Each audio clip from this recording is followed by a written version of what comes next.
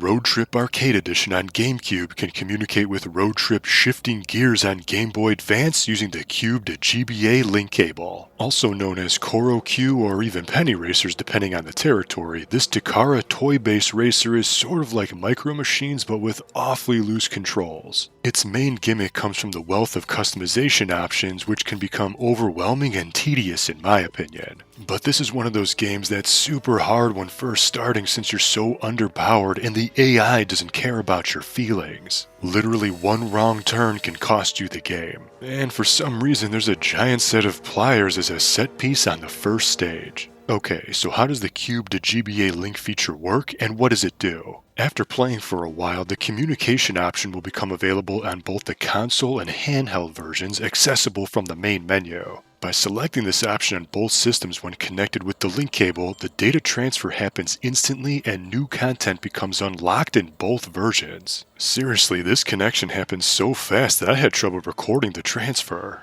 But when this instant connection is completed, the game informs the player of what has just become available. On the Cube version, Car 99 becomes unlocked, and Roadtrip Hurdle is now playable in the Extras menu. In the GBA game, the game says to select a Link Grand Prix from the title menu, which originally confused me, but I'll come back to this in a moment. In the Cube game, the newly unlocked Car 99 can be found at the bottom of the vehicle list and sports a pumpkin design with a butthole. It doesn't have any special properties or abilities, but if you mess with the color customization options, you can make it look like a tomato or not quite ripe green tomato.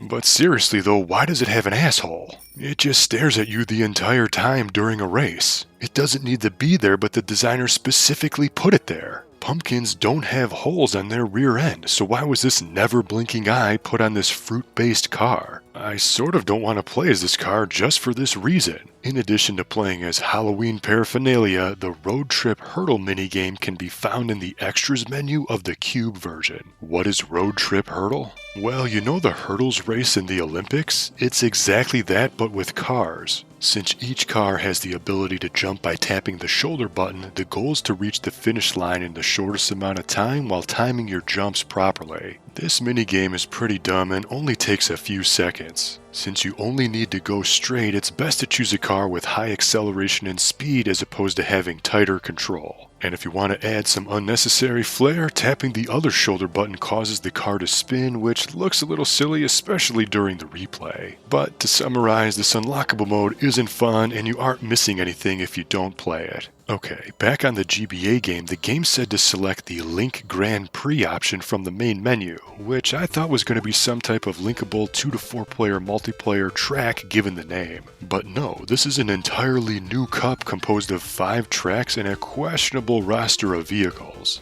Also, the text Link Extra Enabled gets displayed after linking to the Cube version. Before talking about these exclusive tracks, take a look at these cars. The first one is literally a drivable poo emoji with the name ?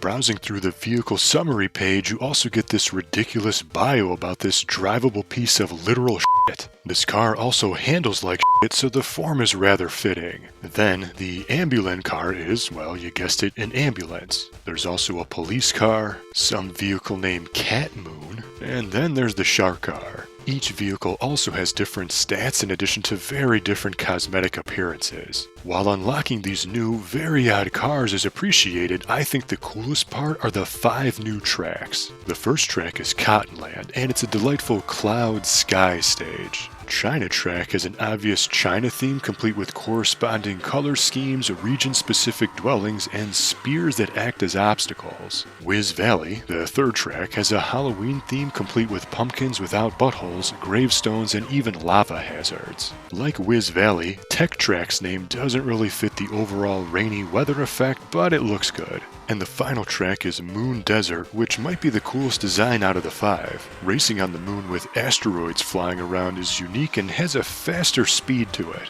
In fact, it can sort of be difficult to see where the road ends and turns begin. But Moon Desert and Cottonland are probably my 2 favorites, but each stage is memorable and different. Like the Cube version, the control in this GBA game can also be much too unwieldy regardless of the vehicle customization options. However, gaining access to a new Cup with 5 tracks makes this a worthwhile bonus for linking the two games.